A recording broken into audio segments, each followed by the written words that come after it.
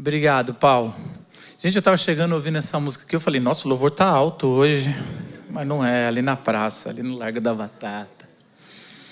Gente, bom dia.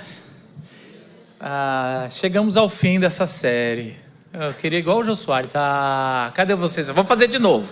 Chegamos ao fim dessa série. Eu também gostei. Quem é velho do Jô Soares sabe que ele fazia isso. E essa série... A gente geralmente fala isso todo final de série, mas dessa vez é de verdade. Essa série foi especial para nós, foi uma série de muitos confrontos, muito quebra de paradigma e principalmente muitos desafios para que a gente cada vez mais esteja no caminho do Senhor. E essa última mensagem, acredito que ela veio de forma certa para a gente fechar e a gente ter esse tempo de reflexão e ceia no Senhor, para que a gente possa continuar nossa caminhada, firmes naquele que nos salvou. A gente amanhã vai ter o penúltimo Cozinha da Mensagem sobre essa, e semana que vem a gente tem mais uma Cozinha da Mensagem, só respondendo perguntas sobre a nossa série. Então é um tempo muito bom para que você também que tem dúvidas, ver se a gente respondeu alguma coisa ali, e a gente vai tentar fazer a partir de agora um cozinha de introdução antes e um de tira dúvidas no final também, tá bom? Não sei se vocês conhecem alguém muito crítico, né? Aquelas pessoas que sempre criticam. Conheço ninguém. Então, isso que eu ia... Essa é a minha introdução. Eu sou uma pessoa que sou crítica, vivo numa família de críticos e montei uma equipe ministerial crítica, ou chamada Cri-Cri, né? A gente tinha isso, Cri-Cri. Então, assim, e isso é tão ruim porque eu sou da linguagem do amor, daquela linguagem que pejorativamente vocês chamam de carente. Eu preciso de palavras de afirmação. E aí, você não encontra nessa equipe. Você desce, prega bem, todo mundo chora, se converte. Parabéns, Marcos, mas tem aquilo ali, mas tem aquele outro. E às vezes a gente chega em casa, prepara, compra alguma coisa para a esposa. Não estou criticando não, mas também estou. É assim aí, obrigado amor, mas podia ser dessa cor, mas podia... E a gente vai, e tudo bem. Aliás, é só a única ressalva que eu vou fazer nessa pregação vai ser agora. Então, você que é crítico, pegue com amor essa ressalva. É importante sermos críticos, é importante não aceitarmos de qualquer jeito as coisas, é importante a forma crítica até com a igreja, para que a gente não sejamos enganados por lobos em pele de cordeiro. A Bíblia vai dizer isso, para a gente ser astuto e tudo mais. Posto isso, nós nos escondemos nas nossas críticas, escondemos o nosso ego nas nossas críticas muitas vezes, escondemos os nossos pecados nas nossas críticas, escondemos o nosso amargor da vida nas nossas críticas. E muitas vezes as nossas críticas não têm o lado sábio de poder estar... Não, apenas estou fazendo o exercício de avaliar se isso é correto ou não. Muitas vezes a gente está usando isso como desculpa para fazer fofoca, para a nossa língua exercer as coisas erradas. Eu queria começar com as cadeiras e começar com o pet aqui, né? O pet infância, vocês já perceberam, quem caminha com a gente é diferente do dócil agora. Você se lembra, pet, de algum momento que criticou algo na igreja e que depois de um tempo se pegou fazendo a mesma coisa, ou até pior? Sim, eu acho que não é por acaso as cadeiras de hoje. Foi por acaso. Eu cresci num contexto, então eu e minha família mudamos quando eu era criança para Curitiba, e minha mãe, ela gosta muito de igreja, bastante. Então eu fui em todas as igrejas possíveis e imagináveis, de pentecostal, neopentecostal, até presbiteriana, passando por quadrangular, batista. Até presbiteriana, por quê? Eu não entendi. É o limite. É o limite. Caramba, ali. ele vai até presbiteriana. Vocês verem. Então, eu cresci quase como um sommelier de igreja, assim, sabe? Então, vendo o que funcionava, o que não funcionava. Então, sempre tive essa postura de comparar, assim, né? Então, por exemplo, na igreja antiga que eu frequentava, os recados eram muito longos, muito demorados. E aí, quando eu vim para cá, eu passei a ser a pessoa que dá os recados. Então, algumas coisas assim de... a crítica, como o Marcos falou, muitas vezes serve para a gente tirar o foco da gente. Quando a gente tem um coração que está pronto a criticar, muitas vezes a gente está tentando afastar o foco e afastar a situação da gente, deixa de ver em nós o que precisa ser trabalhado. E eu dei esse exemplo dos recados. Hoje eu tenho um olhar com muito mais graça para algumas situações do passado. Quando eu chamei o Pet para dar, ele falava, não, mas cara, eu sou muito traumatizado. Eu falei, mas você é o lugar, você foi forjado para isso. Você não vai deixar passar muito tempo. E às vezes ele passa um pouco e a gente vai lá, ô Pet, cadê o cara aqui? Mas eu não tinha que falar sobre isso. É isso. E aí a gente, quando percebe isso, nosso olhar, às vezes a gente continua com um olhar crítico, mas a gente tem um olhar com muito mais graça para as situações, quando consegue fazer essa volta, assim, né? Então, antes da palavra crítica, a gente vai ter uma palavra de se colocar no lugar, se perceber em uma outra situação. Então, esse é o desafio nosso. Eu tentei fugir hoje dessa cadeira aqui. Eu chamei o Zé, ele falou que não podia. Chamei o Gustavo, ele disse que não podia. Chamei a Luísa. Tudo sentado aqui, não tudo sei sentado que não aí, podia. mas não quiseram vir ali, ó. E sabe por quê, Marcos? Porque essa pergunta ela me dá gatilho, assim, gatilho eu acho que de uma ou muitas das minhas vulnerabilidades. Vocês sabem que uma das minhas atenções principais aqui na comunidade da Vila é pensar o nosso encontro, como ele acontece, quanto tempo ele leva, o que a gente está cantando. As nossas trocas aqui estão acontecendo de uma maneira que a gente acha que tem a ver. E isso fez com que eu me tornasse ainda mais crítico em relação a como as coisas acontecem. Por exemplo, é muito comum nas igrejas, hoje a gente viu isso aqui com o Pet, enquanto está se falando qualquer coisa, tem um fundo, tem um teclado que tem um som de Espírito Santo, de unção. Não sei se vocês já viram isso. E aqui na Vila, de jeito nenhum. Fui tentar tocar uma cordinha aqui, o Pet já pirou aqui na frente. Eu também achei meio exagerado. Eu achei meio rígido. Eu achei também. Você estava lá já prevendo o batismo. E eu queria fazer um fundo para o batismo da Catarina, muito especial para mim. Mas o que acontece? Do outro lado, no outro polo, nós vamos nos tornando bons em fazer um culto que aparentemente não é performático. Então, a gente não tem violão e não pode ter. Então, a gente faz uma coisa mais enxuta. E a gente vai ficando muito bom de culto, mas ruim de mesa. E a gente vai ficando muito bom de programação, mas ruim de comunhão. E a gente vai ficando muito bom de estrutura, mas ruim de presença.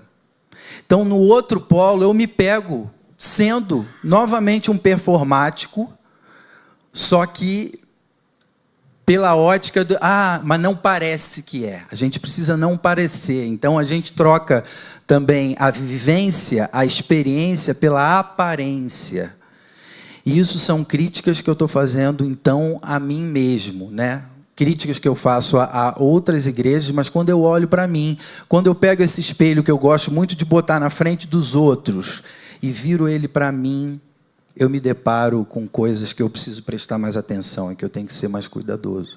Então, entendeu por que me dá gatilho? Eu não queria ter que Eu entendi que por que você responder está nessa cadeira, Paulo. Você foi no cerne do que a gente quer falar. Você pode ler para a gente? O último personagem do Antigo Testamento, ambíguo, falando dessa ambiguidade que o Paulo acabou de trazer sobre, por um lado, nós precisamos ter critérios e ordem, por outro lado, nós temos que ter fluidez e comunhão. O último que a gente escolheu, ele está no Novo Testamento, apesar de ser do Antigo. A gente fez isso na última série e a gente vai fazer de novo. Se chama João Batista. E a gente quer que você abra em Mateus 11, versículo 2 a 19. Mateus 11, versículo 2 a 19. Por quê? Porque o João Batista, mesmo estando no Novo Testamento, ele é o último personagem, e nesse texto que a gente vai ler, a gente vai ver que Jesus fala sobre isso, né? Exatamente sobre os nascidos de mulher. Ele não está dizendo que vai ter alguém que não é nascido de mulher no futuro, né? Até estranho, mas ele está dizendo assim, todos que vierem antes da aliança, antes de mim, esse é o maior, né? João Batista. E aí a gente precisa entender essa transição aqui que está se fazendo, e João Batista é o que mais chegou perto de Jesus, né? Batizou. Aliás, isso daria uma outra pregação. A gente pensar que o maior dos profetas não tem a ver com desempenho nem milagre, tem a ver com proximidade de Jesus, né? E ele fala, o que estava mais próximo ainda é o menor dos que vão começar a aparecer depois que eu fizer o meu ministério. Então ele vai fazer isso. Podemos ler, Paulo? Qual versão que você escolheu aí? NVT. Tá bom.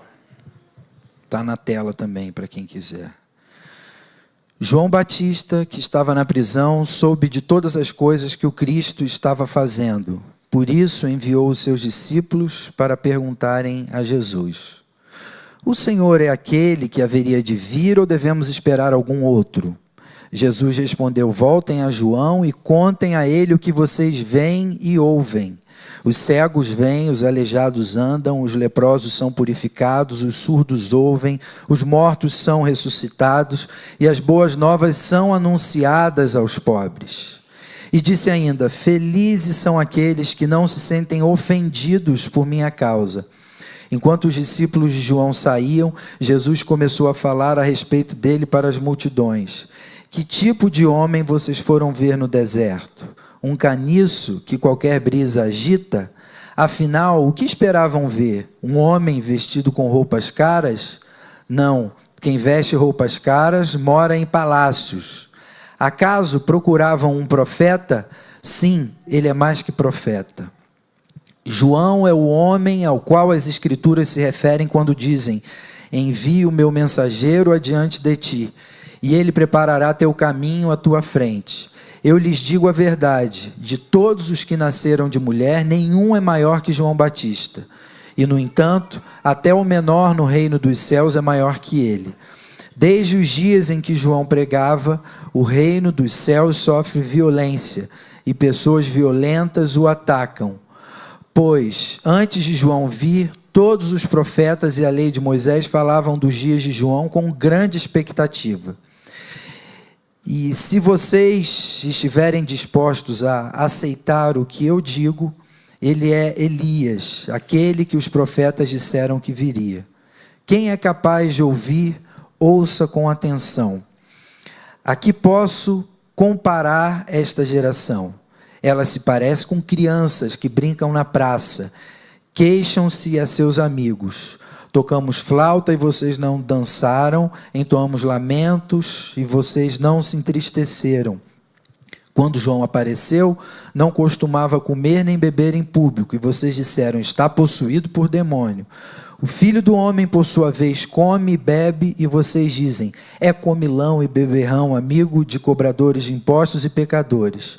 Mas a sabedoria é comprovada pelos resultados que produz. Que Deus ilumine a sua palavra.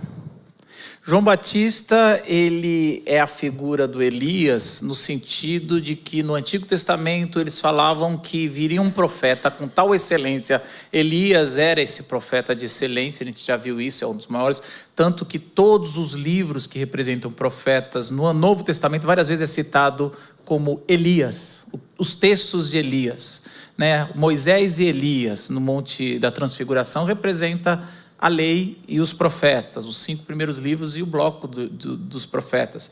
E eles falavam, o dia que vier o Messias, o libertador de Israel, vai vir Elias para preparar o caminho reto, né? Antigamente, quando um rei iria visitar um local que era colonizado por ele, ou a sua cidade, ia antes um grupo de pessoas para fiscalizar se a estrada estava boa para a carruagem do rei.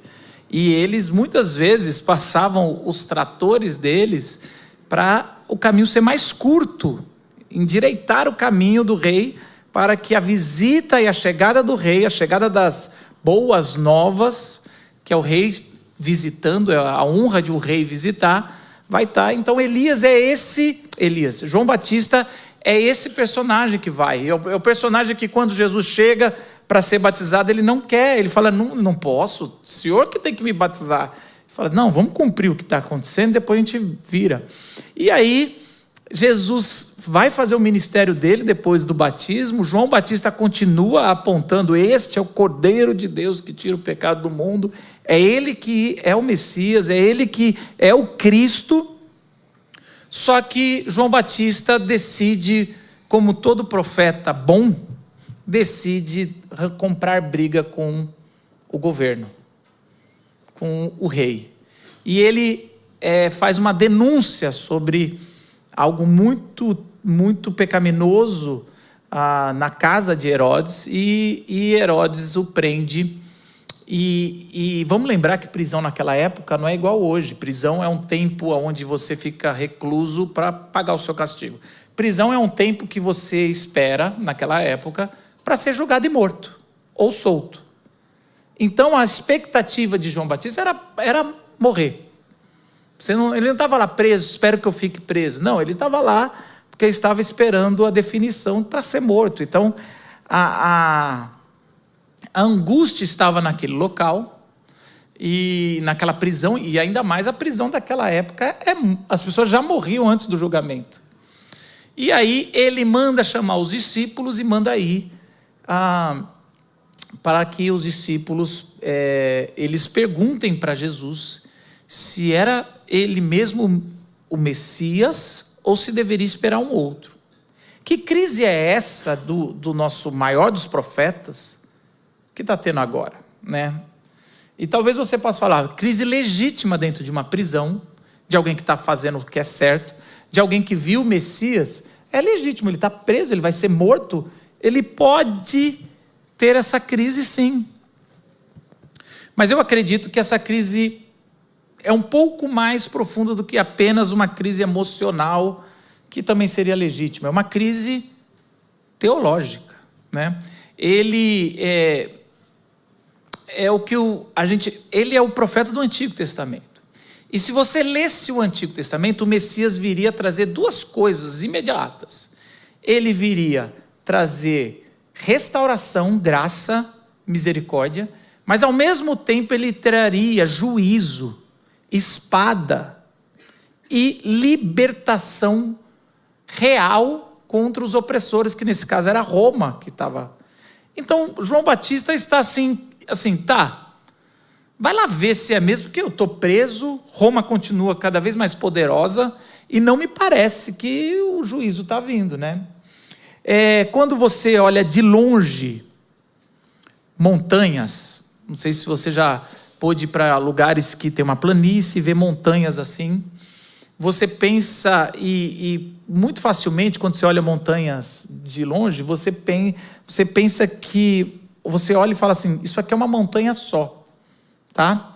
E quando você vai se aproximando de carro a essas montanhas, você vai percebendo que, na verdade, é um conjunto de montanhas. Tem montanhas que estão mais perto, mas o cume que você achava que era daquela montanha, tem um vale depois, e depois tem uma outra montanha.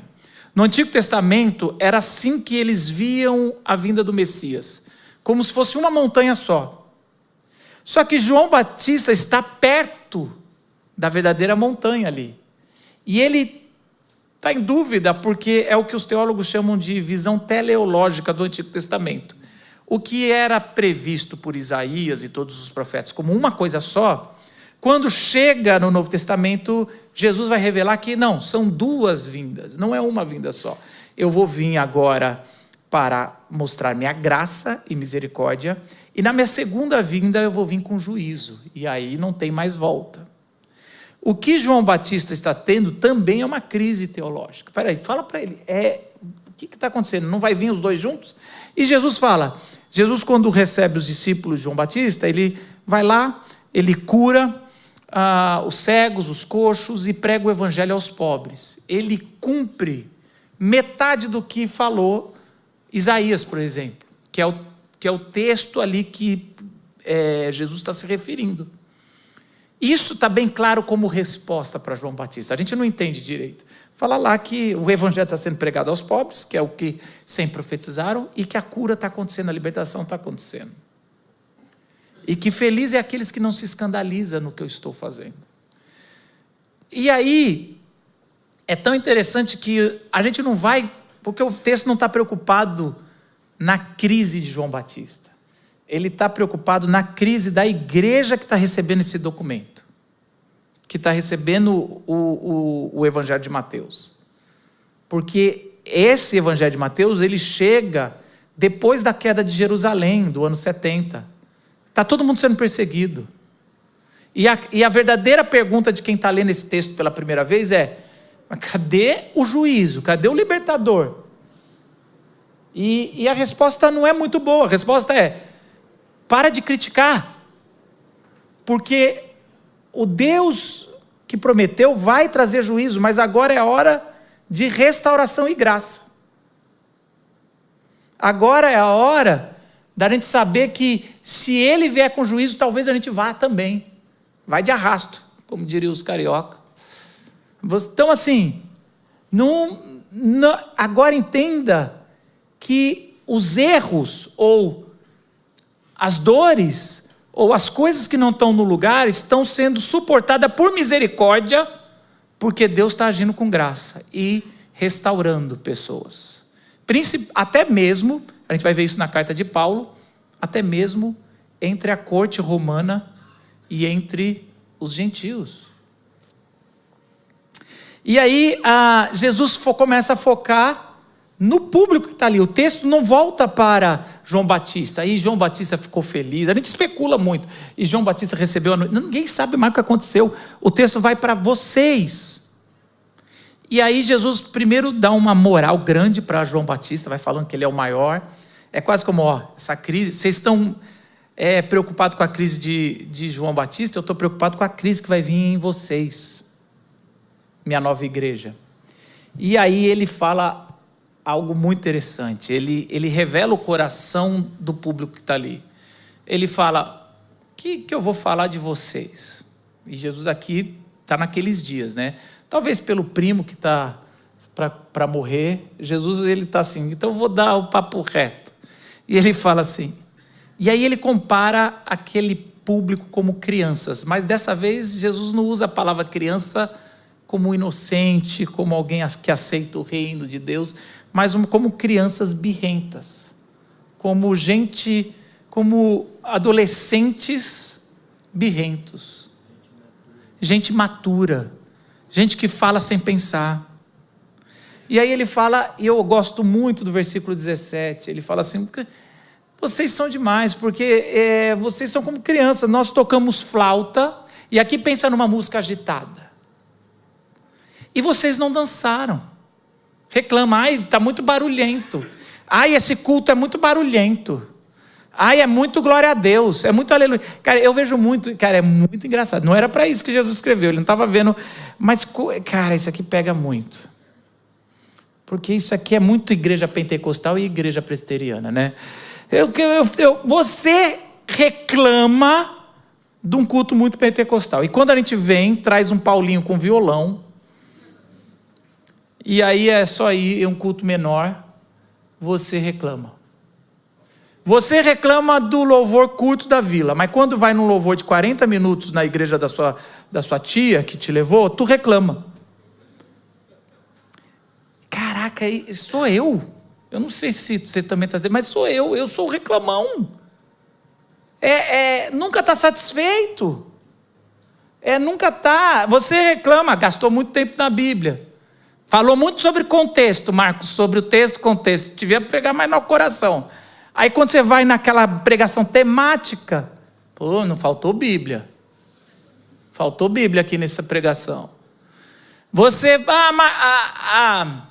minha igreja antes confundia muito pregação com política. Vou para a vila. Nossa, mas a vila não fala nada sobre política, maior isenção, maior em cima do muro. Mas vocês não querem nada? Toca flauta, não dança, faz lamento, não chora. Vocês viram que hoje eu estou igual a Jesus. Hoje eu estou assim, ó. Eu não estou nem aí se você está achando que eu estou dando recado. Porque é o recado. E é isso. E o que Jesus vai trazer, e aí é um pouco mais sério do que isso, Jesus fala, cara, vem João Batista, que não bebia vinho, decide ser restrito, decide ser legalista no seu voto de Nazireu, decide se vestir, porque João Batista, ele é da descendência de Levi, ele deveria ser, isso é o texto de Lucas, vai trazer, o sumo sacerdote da época, mas ele não é, ele é rejeitado porque a religião já foi toda deturpada, então ele é empurrado para o deserto. E ele, sendo empurrado para o deserto, ele não fez o mecanismo de purificação para ser um sacerdote legítimo. E se você não era da tribo de Levi, a gente vai explicar isso um pouquinho mais profundo na cozinha da mensagem de amanhã. Se você não é da tribo de Levi, você tem um jeito de ser um sacerdote, seguindo as leis dos nazireus.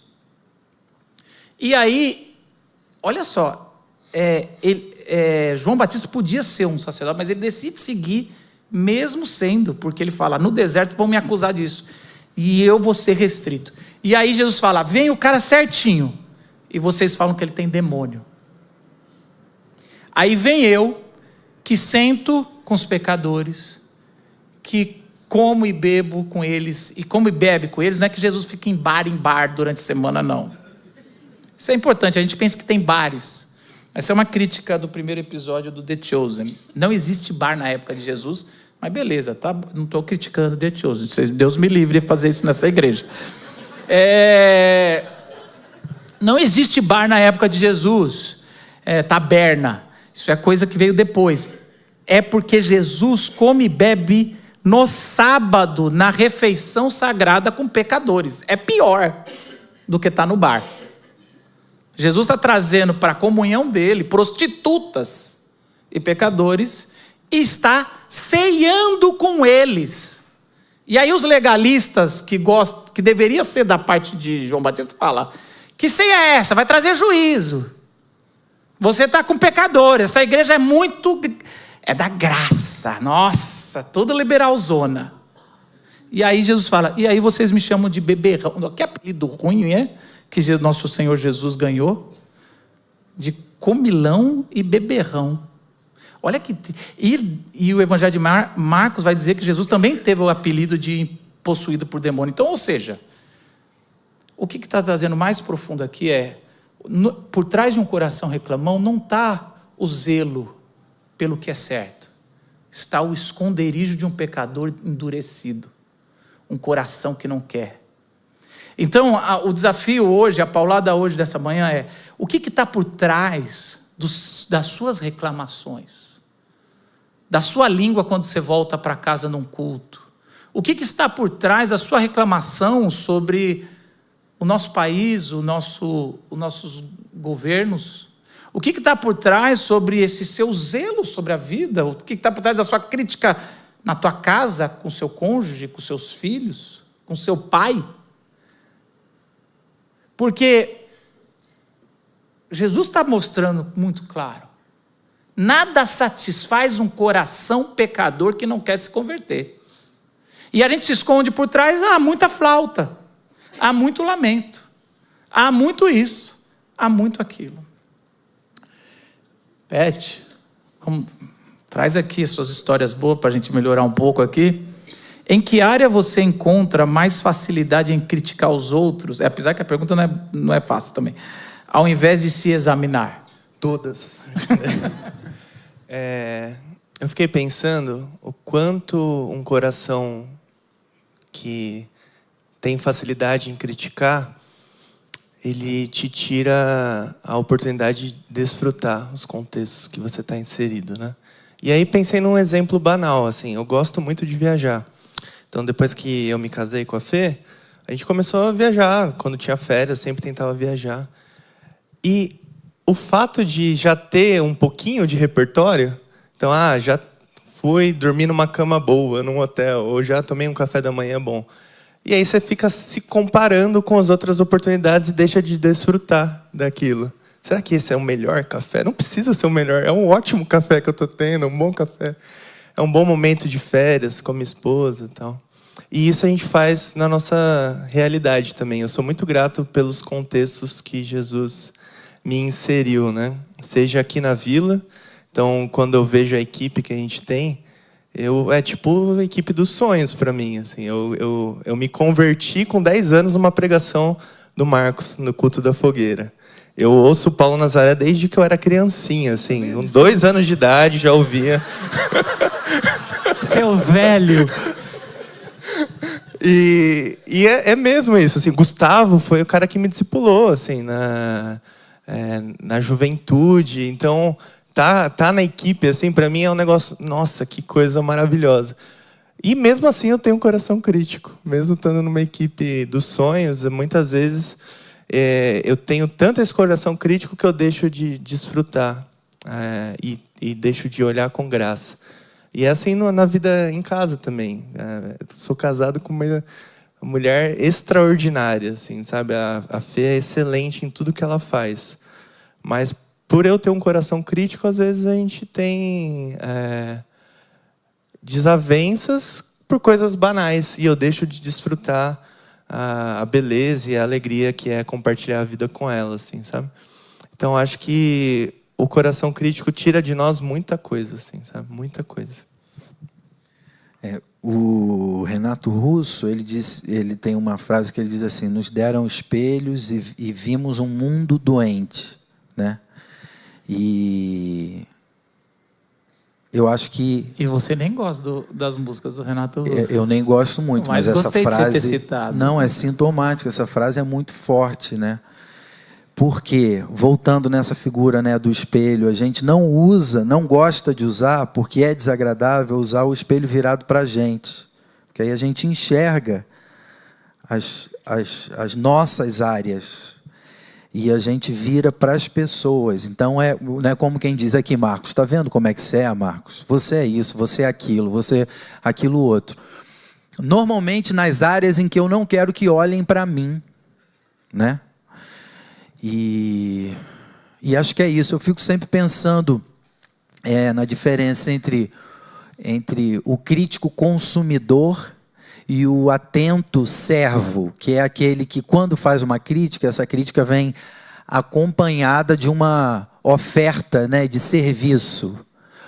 Isso aqui talvez não esteja legal, eu gostaria de ajudar. Isso é uma coisa. A outra coisa é quando eu critico para que não olhem para mim, porque eu não quero que vejam a minha fraqueza, a minha limitação, né? Então, eu acho que em todas as áreas em que isso se dá, né, comigo, de eu não querer que olhem para mim, eu começo a criticar, a virar o espelho, né, para o outro. A gente lê um pedaço do texto, mas o texto ele segue um pouquinho mais e a gente vai vendo que Jesus ainda dá um passo a mais para expor o coração endurecido do crítico, do ranzinza, do que fala, parece que nada está bom o suficiente. E a gente se esconde, uma outra coisa que eu esqueci de dizer é que a gente também se esconde em cima de um conceito novo que tem da excelência, da nota 10. Ai, como eu tenho raiva desse conceito. Não, é porque a gente está buscando a excelência. Mano, e talvez essa voz vem dos seus... Como é que é o nome aqui?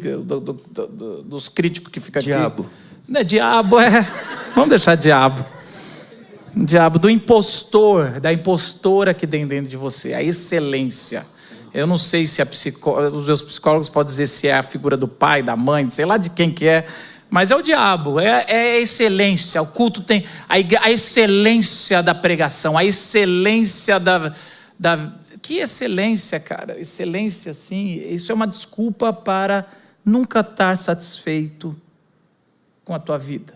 É a fogueira da insatisfação e de te tirar de um coração que contempla e que agradece o que Deus está fazendo. Não, foi bom, mas foi a nota 9,5. Eu tenho uma raiva disso, porque a nota 9,5 está dizendo, você ainda não chegou lá. Eu não gosto, eu lembro de ouvir muitas vezes, não dou 10 porque 10 é só para Deus. É lógico que Deus, então não põe no critério. Eu estou bravo e crítico porque sou eu estou batendo em mim mesmo sentado. E Jesus ele fala o seguinte,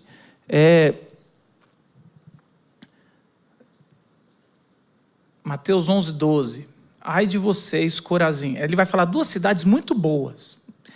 Que cidade é boa na tua cabeça? Não sei, talvez é aquela cidade do interior que estão seus pais, ou quem veio, tem muita gente de Recife, Nordeste, talvez é Recife que é bom, ou uma cidade no interior de Pernambuco. Qual é a cidade boa para você?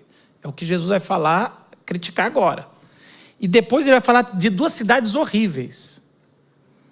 Ai de vocês, Corazim, ai de vocês, Betsaida, porque se os milagres que foram realizados entre vocês tivessem sido realizados em Tiro e Sidom, cidades inimigas de Israel, há muito tempo elas se teriam arrependido, vestido roupas de saco e cobrindo-se de cinzas. Ou seja, se Sodoma e Gomorra tivesse recebido o que vocês estão recebendo, Jesus diz, eles teriam se arrependido.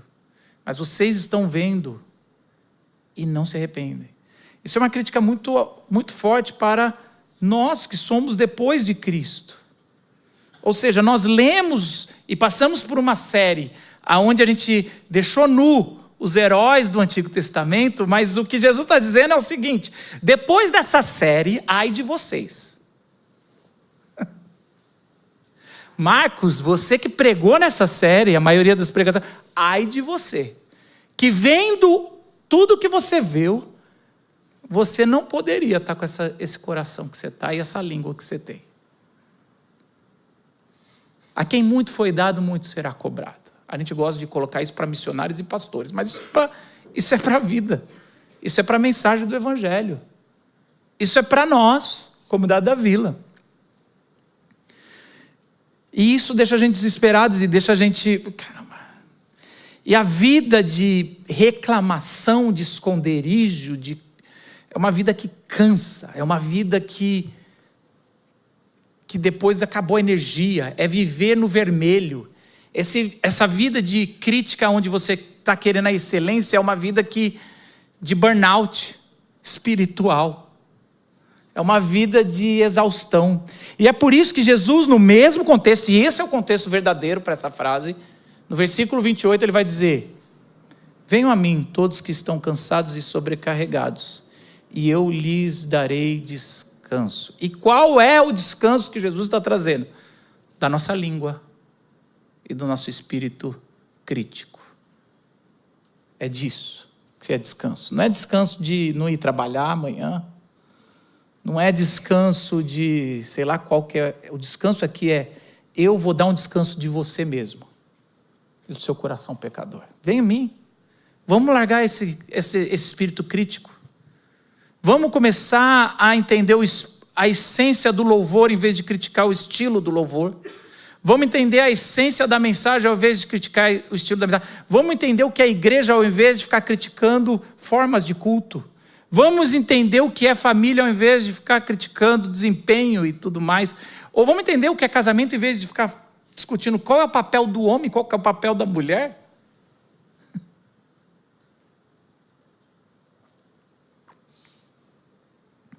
O que nos cansa é tentar controlar a Deus. O que sobrecarrega é tentar adaptar o evangelho aos nossos desejos. Mas o verdadeiro descanso é render-se à graça de Cristo. O nosso Cristo morreu na cruz para que esse coração endurecido que está por trás de todas as nossas críticas pudesse ser exposto e curado. Um dos maiores profetas, Ezequiel, no capítulo 36, versículo 26, ele fala assim: tirarei que Deus naquele dia, e é com Jesus que ele estava dizendo, tirarei de vocês o coração de pedra e lhes darei o coração de carne. Vamos celebrar o fato de que mesmo com a nossa incapacidade, a nossa língua, o nosso espírito crítico, que não é o Espírito Santo, que não é muitas vezes de comunhão, de consolação, de graça. Esteja satisfeito quando a gente vê Jesus curando pessoas que a gente nem gosta tanto. Que veja Jesus pregando o evangelho aos pobres, porque ele diz, ainda não está pregado. Muito foi dado para nós brasileiros. E eu sempre sou lembrado disso quando eu vou em congressos internacionais. Ai de vocês brasileiros, que estão tão felizes que são um país evangélico. Se tivesse sido pregado o que vocês ouvem e têm facilidade de ver na internet, em todo lugar, em lugares como Irã, em lugares como China, em lugares que a igreja é perseguida, todos estariam celebrando hoje o evangelho e não criticando essas coisinhas que vocês fazem para esconder o coração de vocês, de insatisfação da vida de vocês e, na verdade, da mensagem da graça. Faça uma oração de entrega e arrependimento, de perdão. Traga na tua oração os pecados. O que está embaixo dos pecados. O coração endurecido. O que você às vezes se esconde como uma qualidade, mas na verdade o Espírito traz como defeito. Confesse o seu pecado antes da ceia do Senhor. Faça isso agora, derramando o teu coração diante do Senhor Jesus. Mas ouça a voz de Jesus te abraçando e dizendo: fica aqui no meu colo, você que está cansado e sobrecarregado, porque é aqui, no meu abraço, que você vai encontrar descanso eterno. Senhor, nos entregamos diante de Ti, o nosso coração pecador, a nossa língua venenosa, o nosso olhar destruidor e principalmente o nosso coração endurecido. Tenha misericórdia de nós como indivíduos e principalmente da nossa nação, Brasil, que já recebeu tanto e que deveria ser uma nação melhor. Obrigado, Senhor, pela cruz. Queremos celebrar isso agora. Se você tem plena comunhão com Jesus Cristo, mesmo com coração pecaminoso, se você reconhece que Jesus Cristo é o seu Senhor e Salvador, que o sangue dele nos purifica, eu te convido, como espírito de oração, você levantar e buscar os elementos da ceia. Em cada canto aqui a gente colocou, para não precisar ter filas grandes. Tem lá atrás e tem aqui. Então, em espírito de oração, trazendo à memória tudo que você viveu e a sua jornada de fé, levante e pegue enquanto o Paulo canta uma música com a gente.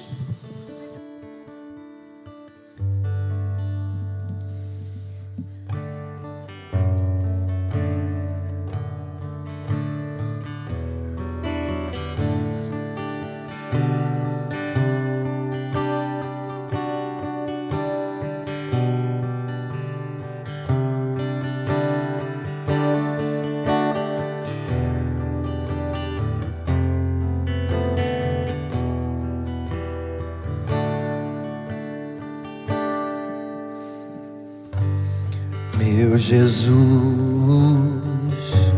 Salvador, outro igual não há. Todos os dias quero louvar as maravilhas de teu amor.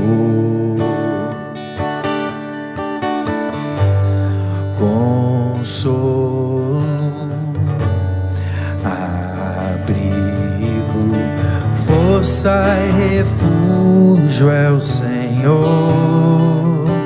Com todo o meu ser, com tudo que sou, sempre te adorarei.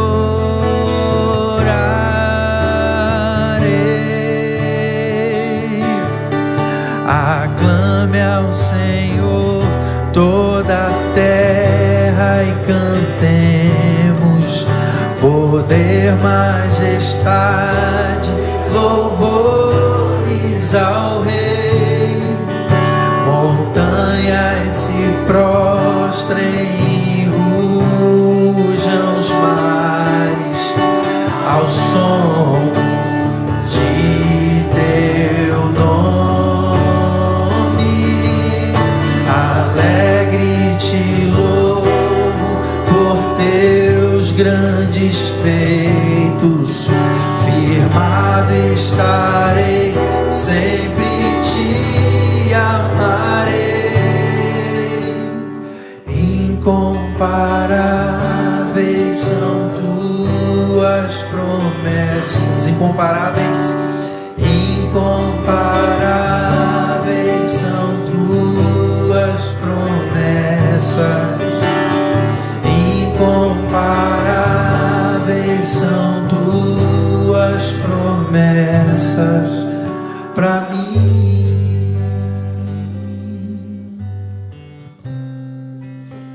Na noite que Jesus foi traído, ele pega o pão, divide e diz assim: esse é o meu corpo que foi partido por vocês. E a partir de agora, com a mensagem que vocês têm e com o coração que estão sendo transformados, vocês são um comigo. E sempre se lembre disso, dessa unidade que eu dei por graça, para que vocês tenham com o Criador. Então, comam para sempre lembrar que somos um.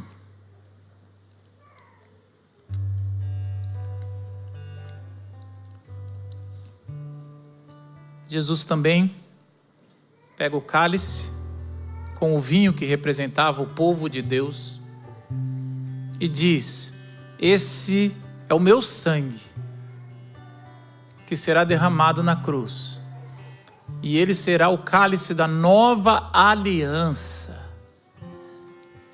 E a nova aliança e o meu sangue vai perdoar de todos os pecados. E um dia eu vou voltar com juízo, mas também para restaurar de forma definitiva o descanso que eu comecei. Que o sangue de Jesus, que nos purifica de todo pecado, possa ser lembrado essa manhã pela Igreja do Senhor.